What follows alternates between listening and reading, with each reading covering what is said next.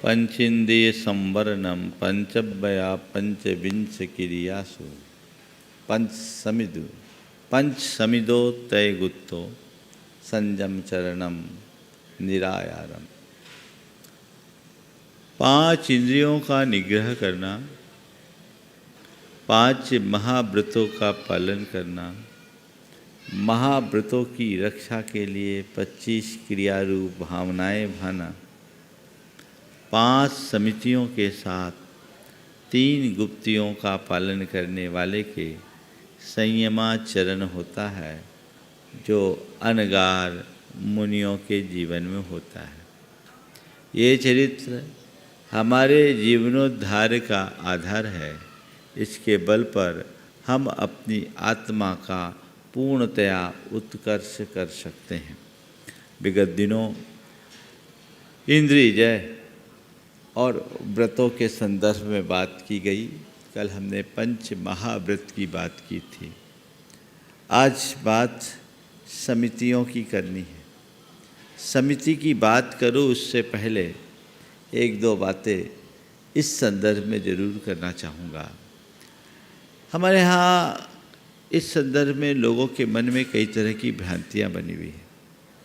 कई लोग ऐसे हैं जो व्रत संयम में बड़े रूढ़ हैं, तो कुछ लोग ऐसे भी हैं जो व्रत संयम का कोई मूल्य ही नहीं समझते। व्रत संयम में रूढ़ होना भी ठीक नहीं है और व्रत संयम को ही सब कुछ समझकर अपने आप को कृतार्थ समझ लेना भी ठीक बात नहीं है। ये बात सत्य है कि बिना व्रताचरण के जीवन का उत्थान असंभव है। आज तक जिन्हें भी मुक्ति मिली है वो व्रतों के बल पर ही मिली। लेकिन कई बार ये सवाल होता है कि व्रत तो तभी फलते हैं जब सम्यक दर्शन होता है, इसलिए सम्यक दर्शन के बिना व्रताचरण करने की क्या आवश्यकता। कल शाम को भी इस आशय का एक सवाल आया था कि हम पहले सम्यक दर्शन प्राप्त करें फिर व्रतों का पालन करें, तो ये तो वैसा ही होगा जैसे न नौमन तेल न राधा नाचे, न भूतो न भविष्यति। सबसे पहली बात जो समझने की है, हमें सम्यक दर्शन हुआ या नहीं हुआ इसका एहसास मुझे नहीं हो सकता, पर मेरे व्रत निर्दोष पल रहे हैं या नहीं इसका आभास हर साधक को होता है। सम्यक दर्शन अंदर की एक परिणति है जिसे हम बाहर से न जान सकते न समझ सकते, लेकिन व्रत हमारी एक प्रवृत्ति है जो एक भावों की प्रेरणा से होती है। उस प्रवृत्ति को हम अच्छे से देख सकते हैं। तो मैं पापों का परित्याग करके निर्दोष रीति से अपने व्रतों का अनुपालन करूं, ये मेरे पुरुषार्थ गम्य है, पर मैं सम्यक दर्शन को उद्घाटित करके अपने भीतर टिकाए रखूं, ये किसी के बस की बात नहीं है। बात को थोड़ा गहराई से समझने की ज़रूरत है।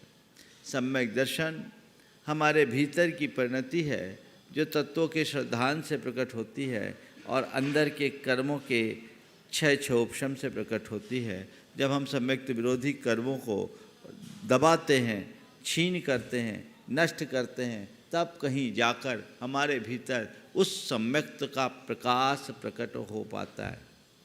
वो सूक्ष्म परिणाम है, उसे हम जान नहीं सकते। आज मैं सोचूं कि पहले मैं सम्यक दृष्टि हूँ या नहीं हूँ, जांच परख कर लूँ, तो ऐसा कोई मापदंड नहीं है जो हमें कह सके, ऐसा कोई पैरामीटर नहीं है जिसके आधार पर हम सुनिश्चित तौर पर कह सके कि ये सम्यक दृष्टि है ही। मैं औरों की बात जाने दो, खुद के विषय में भी नहीं कह सकता कि मैं सम्यक दृष्टि हूँ ही। और मैं क्या, इस धरती में दिव्य ज्ञानियों को छोड़कर कोई नहीं कह सकता कि मैं सम्यक दृष्टि हूँ ही। ये बात और है कि लोगों की सम्यक जयंती मनने लगे। सम्यक जयंती, सम्यक दर्शन की जयंती, ये सब चीज़ें भ्रांत है। ये यथार्थ नहीं है, इनमें कभी उलझना नहीं। ये तो भीतर की परिणति है। और सम्यक दर्शन ऐसा होता है कि हुआ और गया पता ही नहीं लगता, कब अंदर रहे और कब चला जाए कोई पता नहीं। तो महाराज तो पहले ये सुनिश्चित करो तब आप मुनि बनो तो मजा है, नहीं तो ऐसे तो कुछ है नहीं। क्योंकि बिना सम्यक दर्शन के व्रतों को धारण कर लोगे तो कुछ होगा ही नहीं। एक बार एक सज्जन ने मुझसे कहा, मुनि व्रत भार अनंत बार ग्रीवक उपजायो, पै निज आत्म ज्ञान बिना सुख लेस न पायो। तो महाराज जी मुनि बनने से क्या फ़ायदा, ऐसा मुनि व्रत तो हमने अनंतों बार धारण किया है और छोड़ा है। और अगर आपको आत्मा का ज्ञान नहीं, आत्मा का श्रद्धा नहीं, तो इस व्रत का क्या फल। बात तो सही लगती है। तो फिर मैं क्या करूं, देखूं मेरे भीतर सम्यक ज्ञान है कि नहीं, श्रद्धान है कि नहीं, सम्यक दर्शन है कि नहीं। अब वो तो पता नहीं लग रहा है। पता नहीं लग रहा है तो क्या करूं, छोड़ो मुनि व्रत। क्यों, ऐसे मुनि पने में तो कुछ होना नहीं है। ऐसा भ्रामक उपदेश आज दिया जा रहा है, इससे बचना।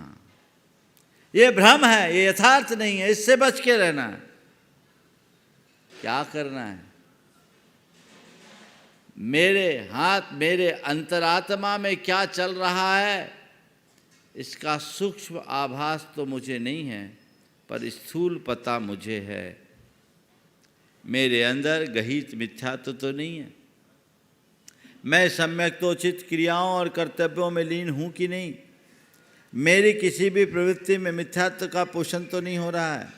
और आत्मा के प्रति मेरी अभिरुचि है या नहीं, मेरे कल्याण के प्रति मेरी ललक है कि नहीं। यदि ये है तो मान करके चलना मैं सम्यक दृष्टि हूँ, क्योंकि सम्यक दृष्टि में ये सारे गुण होते हैं। जिसमें ये गुण होते हैं वही सम्यक दृष्टि होता है। ये बात और है कि ये गुण होने के बाद भी सम्यक दर्शन हो, ये कोई ज़रूरी नहीं। पर मैं तो ये मान के चलता हूँ मुझ में ये गुण हैं, इसलिए मैं सम्यक दृष्टि हूँ। और न केवल सम्यक दृष्टि हूँ, मैं अपने आप को केवल सम्यक दृष्टि नहीं मानता। मैं तो अपने आप को इस धरती में सौभाग्यशाली लोगों में से एक मानता हूँ। और मैं अपने आप को रत्नत्रय की निधि से संपन्न मानता हूँ, रत्नत्रयधारी मानता हूँ, जिसे मैं अपने जीवन के अमूल्य निधि के रूप में देखता हूँ। और मुझे लगता है ये मेरे जीवन का अलभ्य लाभ है, जो मैंने किसी भाव में नहीं पाया, वो इस भाव में अपने गुरु की कृपा से मैंने प्राप्त की।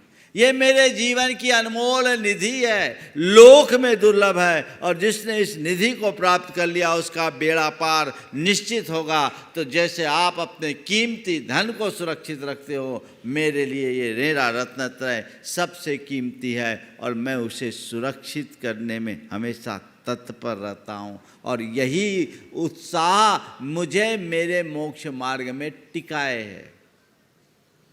अगर इस तरफ मेरी दृष्टि नहीं हो तो शास्त्र तो मैंने भी पढ़ रखे हैं कि इसके बिना तो मुनि व्रतधार अनंत बार ग्रेवेक उपजायो। तो भैया कुछ हो ना जाना तो है नहीं, छोड़ दो सब, मुनिपना छोड़ दो। नहीं, उपदेश कभी नीचे गिरने के लिए नहीं होता, उपदेश सदैव ऊपर चढ़ने के लिए होता है। ऊपर उठो, तुम केवल क्रियाओं में रूढ़ होगे तो यहीं अटक जाओगे, लेकिन क्रियाओं के प्रयोजन को साथ लेकर चलोगे तो हमेशा उत्कर्ष करोगे। ऊपर उठो। हर व्रतधारी को, हर साधक को व्रतों के प्रयोजन को सामने रखकर चलना चाहिए। अपनी क्रियाओं को अप्रमत्तता से निभाना चाहिए। ये भाव जब जगता है तब कहीं जाकर जीवन का वास्तविक विकास होता है। कल मैंने 4 बातें कही थी, व्रत लेना, व्रत देना, व्रत निभाना और व्रत का फल पाना। तो ये लेने देने की बात है, उसके प्रयोजन को समझो और उसे निभाओ। इसलिए व्रतों को कभी हल्केपन में मत लेना। जिन लोगों ने आज तक व्रतों का आनंद नहीं लिया वे ही ऐसा कहते हैं। आचार्य कुंद से किसी ने पूछा कि भगवान हमको मोक्ष जाना है और मोक्ष तो ध्यान से मिलता है, ये व्रत तप से तो कुछ होना नहीं है, तो जब हमें होगा हम ध्यान में लीन होकर के मोक्ष चले जाएंगे। ये व्रत तप से तो स्वर्ग मिलना है, क्या फायदा? क्या व्रत तप से तो स्वर्ग मिलना है, तो फिर व्रत तप से क्या फायदा? स्वर्ग भी तो एक प्रकार का संसार में अटकाने का निमित्त है, हमें अटकना ही नहीं, मोक्ष जाना है। तो हम करेंगे तो सीधे ध्यान ही करेंगे, व्रत तप नहीं आचरेंगे। तो उनको समझाते हुए आचार्य कुंद कहते हैं, वर वै तवे ही सज्ञो माँ हो ईरे निरे गए दुखम छाया तवठियानम परिवालंतान गुरुभेयम। कि व्रत और तप के द्वारा स्वर्ग जाना वर यानी श्रेष्ठ है। वर वै तवे ही सज्ञो, वर तवे ही सज्ञम, व्रत और तप के द्वारा स्वर्ग को प्राप्त करना सही है। माँ होई ईरे निरे गई दुखम, अव्रत और अतप से नरक गति का दुख भोगने की अपेक्षा व्रत और तप से स्वर्ग जाना अच्छा है। छाया तवठियानम परिवालंतान गुरुभेयम। दो व्यक्ति हैं जो बहुत भटके हुए हैं, प्रचंड गर्मी है, हाल बेहाल है, पर दूर 2 मील आगे एक हरा भरा पेड़ दिख रहा है। एक कहता है भैया यहाँ तो कोई राहत नहीं, धीरे धीरे ही सही हम उस पेड़ की छाया में जाकर विश्राम करेंगे। और वो विश्राम करने के भाव से शक्ति न रहते हुए भी अपने मनोबल के बल पर उस पेड़ की छाया में जाकर विश्राम पा रहा है। और दूसरा कह रहा भैया हमारी बस की नहीं है, अब तो हम यहीं रहेंगे। एक व्यक्ति छाया में विश्राम पा रहा है और दूसरा व्यक्ति धूप में झुलस रहा है, कौन अच्छा है? ध्यान रखना, जो व्रती है वो छाया में विश्राम पा रहे हैं और जो अव्रती हैं वो संसार के धूप में झुलस रहे हैं। तुम झुलसते रहोगे, पता नहीं कल अचेत ना हो जाओ। जो छाया में है चल नहीं रहा माना, मंजिल तक नहीं पहुंचा माना, लेकिन अभी विश्राम में है, कल उसकी शक्ति बढ़ेगी, साहस बढ़ेगा, चलना शुरू करेगा, अपने मंजिल तक पहुंच भी जाएगा। इसलिए व्रत और तप की महिमा को कभी नज़रअंदाज मत करना। व्रत और तप की महिमा को कभी नज़रअंदाज मत करना। और ये जो पंक्तियां हैं, मुनि व्रत धार अनंत बार ग्रीविक उपजायो, पै निज आत्म ज्ञान बिना सुख लेश न पायो। अगर इसे मेरी नज़र में देखो ना तो इसमें मुनि व्रत का उपहास नहीं, मुनि व्रत की महिमा का ही बखान है। इसमें भी मुनि व्रत का उपहास नहीं है, मुनि व्रत की महिमा का बखान है। कैसे? आपको पता है 9वें ग्रैवेक तक कौन जाता है? ग्रैवेक में कौन जाता है? मुनि ही जाता है। मुनि के बिना कोई 16वें स्वर्ग से ऊपर नहीं जा सकता।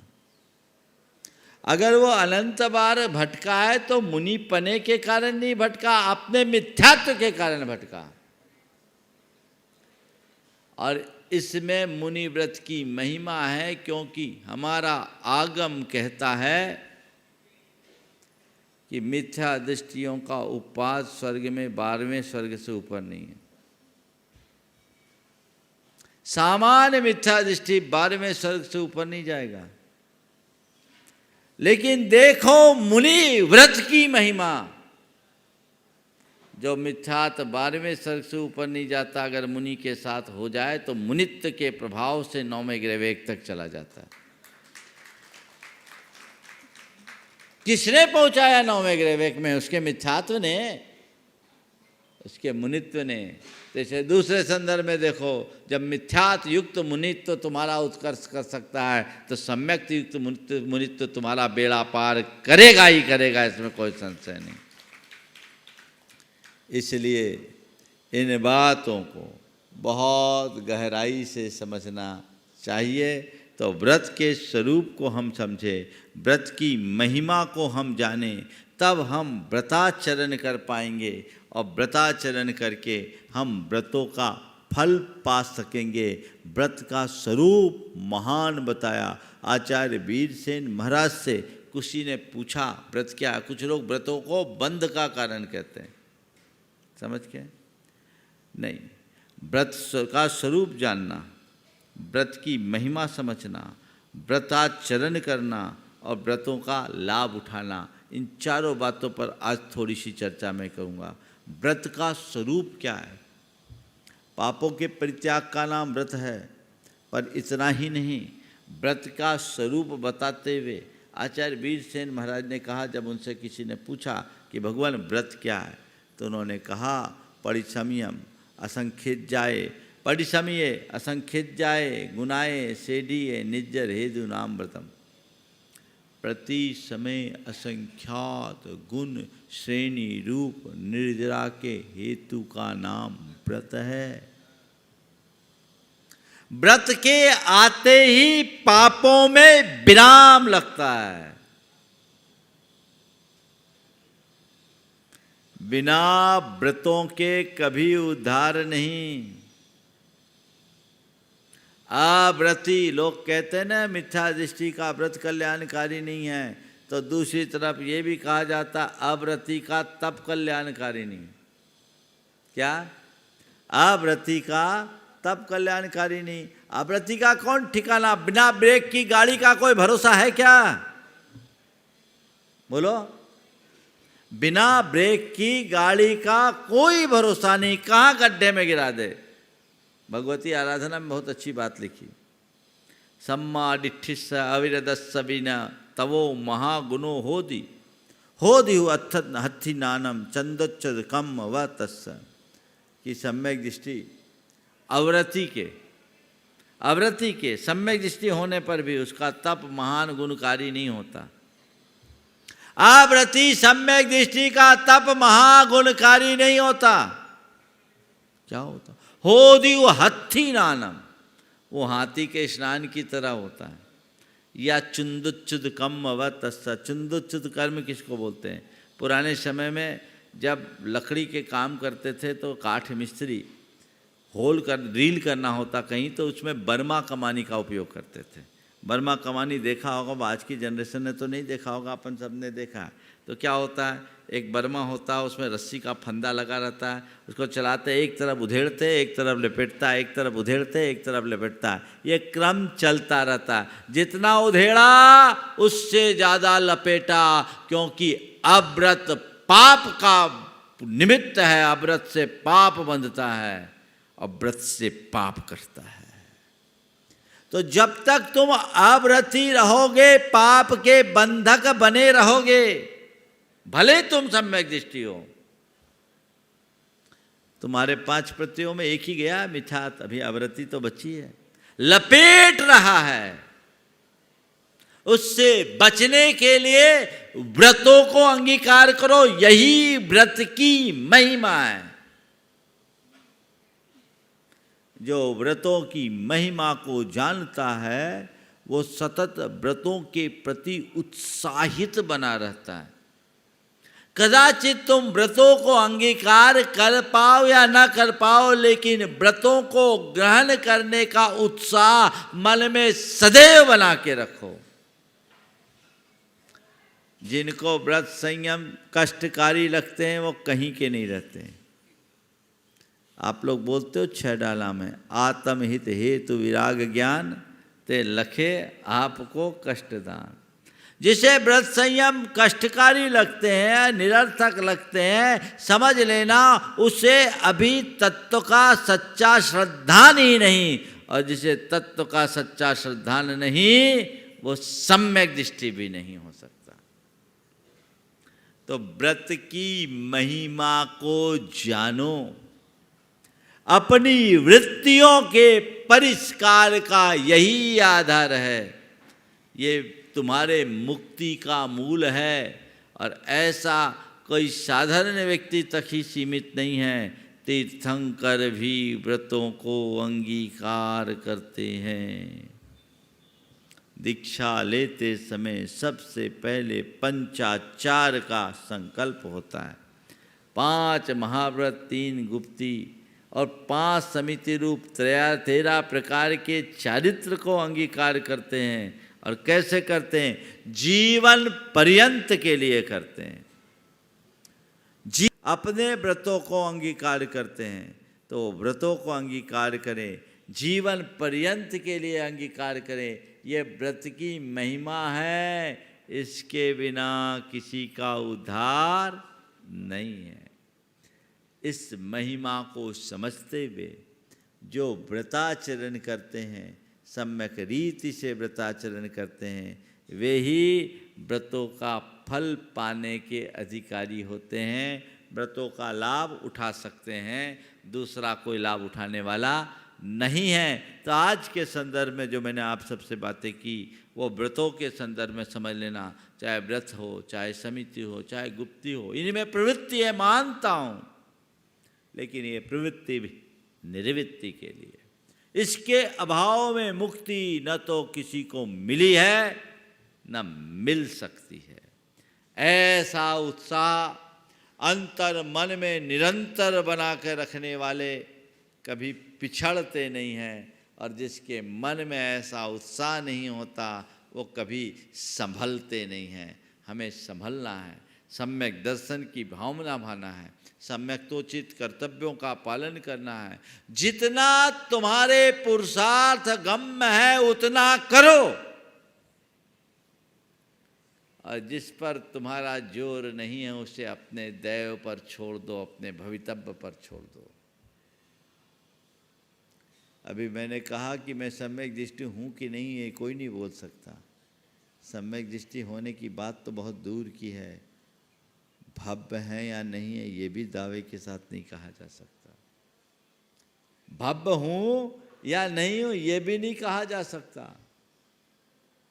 ये दिव्य ज्ञान का विषय है, इसलिए उपदेश वही देना चाहिए और उसका ही उपदेश सुनना चाहिए जो मोक्ष मार्ग में आगे बढ़ने के लिए प्रेरित करे, प्रोत्साहित करे। जो तुम्हें नीचे लाने की बात करता है, समझना सच्चा उपदेशक नहीं है। सच्चा उपदेशक वही है जो खुद मोक्ष के मार्ग में लगा और औरों को लगाना चाहेगा। लेकिन मुश्किल ये है कि जो जहाँ बैठा होता उससे ऊपर की बात कर ही नहीं सकता, वो नीचे की बात करेगा। तुम खुद कपड़े में बैठे हो तो दूसरों को कपड़ा उतारने की प्रेरणा कैसे दोगे? तुम खुद अव्रती हो तो दूसरों को व्रती बनने का उपदेश कैसे दे सकोगे? और यही हुआ, आज अव्रतियों ने उपदेश देने की शुरुआत कर दी तो वो खुद अव्रती बने और लोगों को भी अव्रत की ओर बढ़ा दिए। काश वे अगर अनुव्रती भी होते तो लोगों को उत्साहित करते। एक विशेष बात बता रहा हूँ, देवों को रत्नत्रय के उपदेश का अभाव है, अधिकार नहीं है। धवला में लिखा तत्तिरियन उपदेशा ही आरा भावादो, क्यों? तत्व चरित्ता भावा। देवों में चरित्र का अभाव है, धवला की 8वीं पुस्तक में है। उनमें कोई चरित्र नहीं, वो असंयमी है, इसलिए उनको रत्नत्रय के उपदेश देने का भी अधिकार नहीं है। देगा कैसे?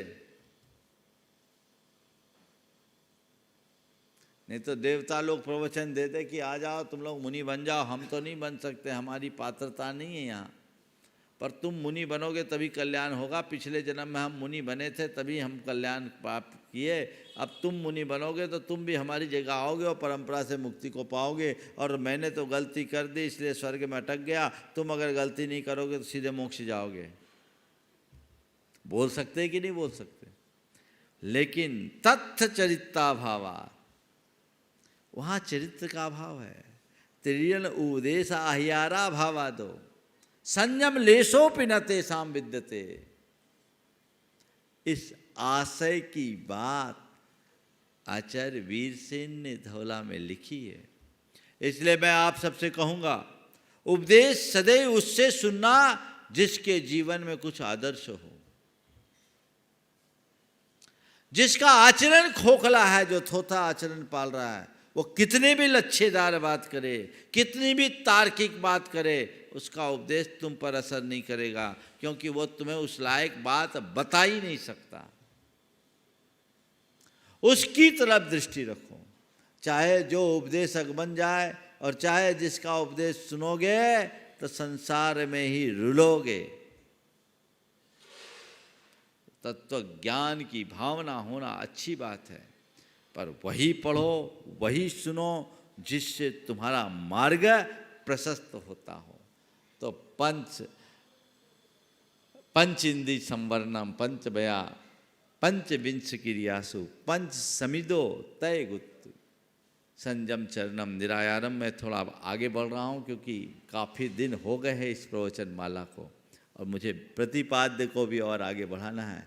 5 समितियाँ, चाहूँ तो 5 दिन 5 समिति में हो सकते, 3 गुप्ती में 3 दिन, लेकिन आज इसी गाथा में मैं सहिमाचरण का उपसंहार करना चाहूँगा और आने वाले दिनों में इस विषय को और आगे बढ़ाकर, अभी कुंद आचार्य के वांग्मय से इतना है कि पूरे 1 वर्ष बोलूँ तो कम है, पूरे 1 वर्ष अगर बोलूँ तो कम है, और क्या पूरा जीवन उन पर बोलते रहें तो कम है।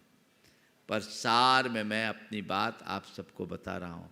मुनिराज 5 समिति के पालन करते हैं, 3 गुप्ती, 5 महाव्रत, 5 समिति और 3 गुप्ती, ये 13 प्रकार का चरित्र मुनियों का मूल चरित्र है।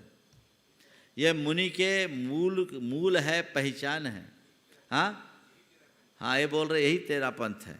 हाँ, भगवान 13 पंथ तो यही है, 13 पंथ का अर्थ यही है, 13 पंथ वो मेरा पंथ। जो 13 प्रकार के चरित्र का पालन करने वाले मुनियों को अपना आदर्श मानता है, उसके आधार पर 13 पंथ चर्चा में आ गया, ऐसा कहते हैं। पर 13 पंथ अपने आप में कोई पंथ नहीं है। हमारा मूल पंथ तो आगम का पंथ है, जो मूल संग से प्रवर्तित है, मूल आमनाय है, हमें उसे ही देख करके चलना चाहिए। तो 13 प्रकार के चरित्र का निर्दोष पालन करने वाले मुनियों को अपना आदर्श मानो। और वो कौन है? जिनमें 5 महाव्रत है, 5 समिति, इरिया समिति, भाषा समिति, ऐशना समिति, आदान निक्षेपण समिति और प्रतिष्ठापन समिति। चल रहे यदवा तदवा नहीं, देख कर चलो, जीवों को बचा करके चलो, हमसे किसी सूक्ष्म जीव का भी आघात ना हो जाए, इसका ध्यान रख करके चलो। ये इरिया समिति, यानी चलने में भी सजगता। भाषा समिति, बोलने में सावधानी, बोलने में सजगता। बोलना है तो चाहे जो चाहे जैसा नहीं बोलना, हित मित प्रिय वचनों का प्रयोग करना। भ्रम रोग हर जिनके वचन, मुख चंदते अमृत झरे। जो मन का भ्रम दूर कर दे, हृदय में आह्लाद उत्पन्न करे, ऐसे वचनों का प्रयोग।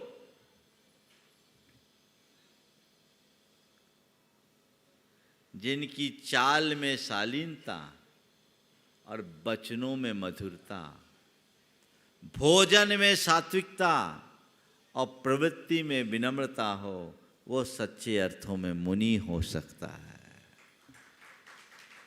चल रहे चाहे जैसे मटक मटक कर नहीं, देख देख करके चलना है।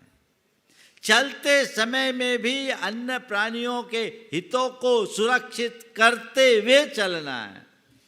बोल रहे हैं तो शुरू हो जाओ मशीन की भांति नहीं, बोलने से पहले तौलना है। हितकर वचनों का प्रयोग करना है, उतना ही करना है जितना आवश्यक और अपेक्षित है। यदवा तदवा नहीं बोलना है, अंट संट नहीं बोलना है, पाप पूर्ण वचन नहीं कहना है, और किसी को कष्ट उत्पन्न हो ऐसे शब्दों का प्रयोग नहीं करना है। यही तो एक साधारण व्यक्ति को महान बनाने के आधार हैं। भाषा समिति यानी बोलने में सावधानी। इसका मतलब ये नहीं समझना कि ये सब केवल मुनियों के लिए जरूरी है। मुनियों के जीवन में तो ये होता ही है। तुम भी अपनाओगे तो शांति से जी पाओगे। बोलो, जिसके वचनों पर नियंत्रण नहीं है उसकी क्या हालत है?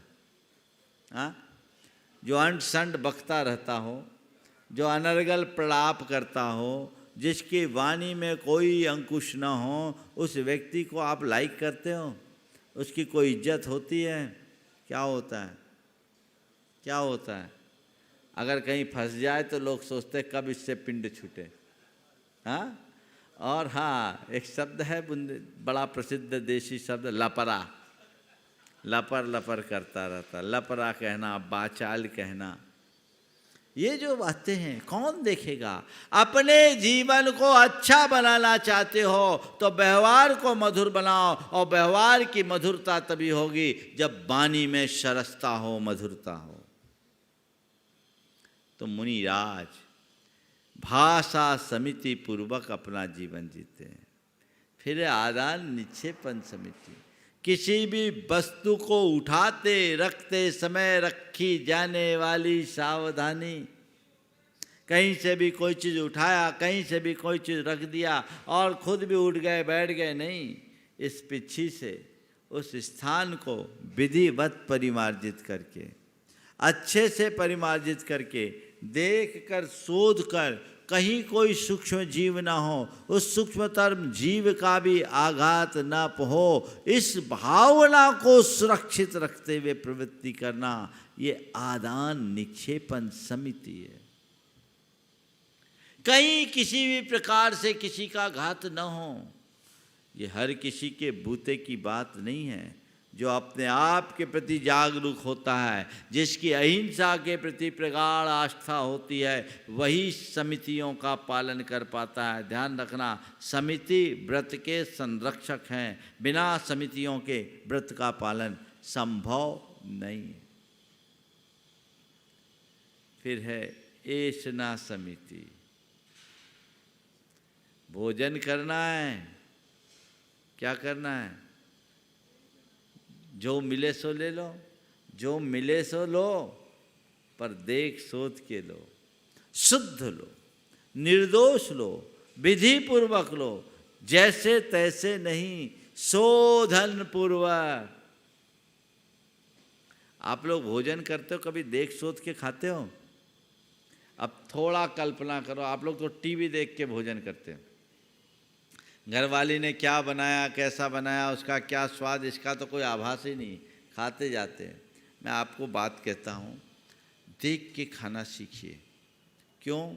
आप थोड़ी देर के लिए विचार कीजिए, जब हम लोगों को आप लोग इतना शोधन पूर्वक देते हो तो भी गड़बड़ होता है, अंतराय आता है। आप बिना देखे शोधे खाते हो तो पेट में क्या क्या जाता होगा, कभी कल्पना की? मैं आपको 2 उदाहरण दे रहा हूं, आपको आश्चर्य होगा। 3 मेरे साथ जो घटा।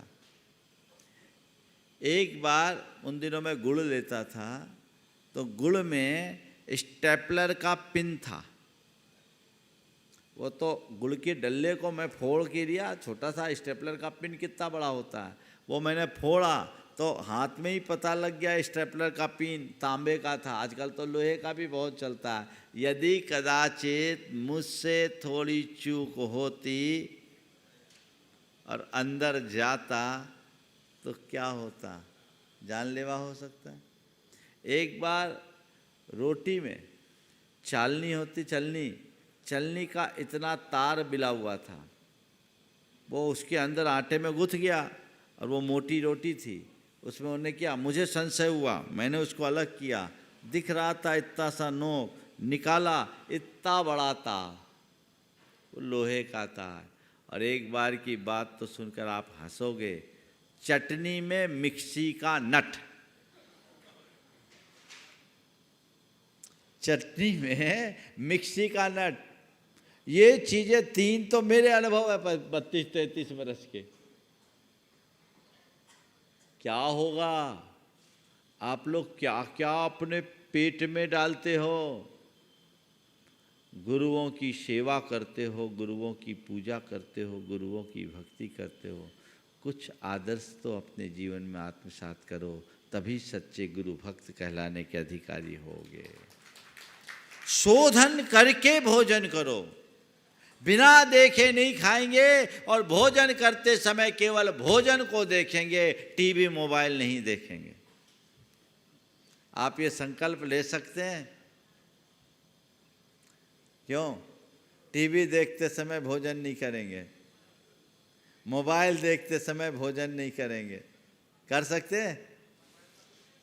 हाँ, बिल्कुल दूर रखो, खाना खा लो, भोजन कर लो, फिर देखो। ये संकल्प ले लीजिए, ये आपकी सलामती का कारण है और उससे भोजन करने से मन में भी बहुत शांति मिलती है।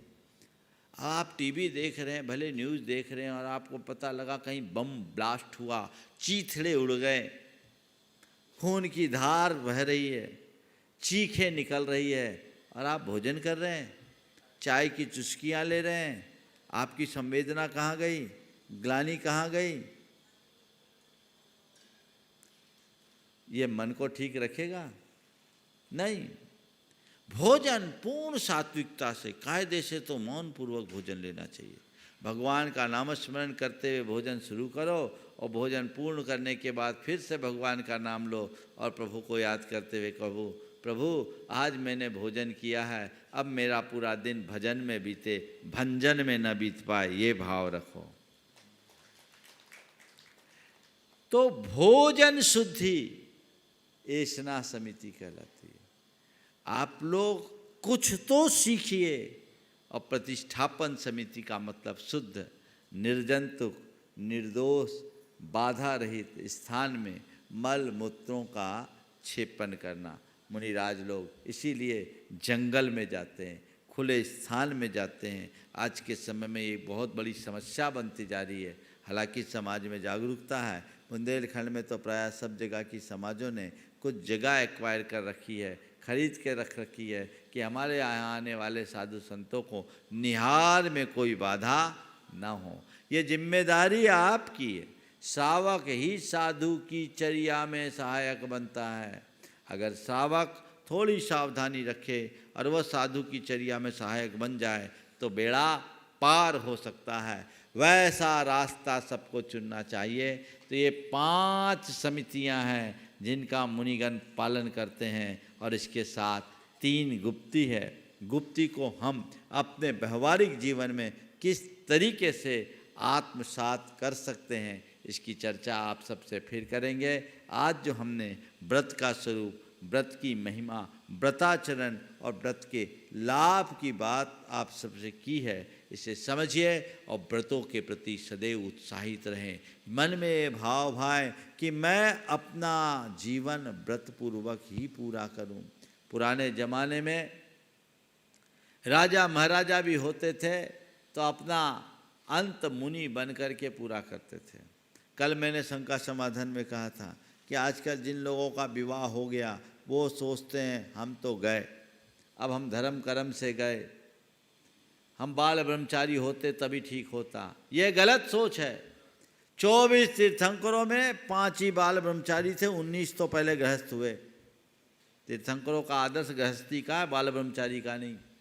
मैं नहीं चाहता तुम लोग सब बाल ब्रह्मचारी बनो, नहीं तो आगे की व्यवस्था ही खत्म हो जाएगी।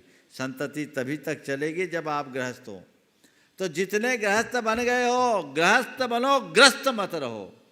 अपने जीवन का अंत हम व्रती बनकर समाधि पूर्वक कर सकें, महाव्रती बने, अनुव्रती बने, लेकिन अव्रती न रहे।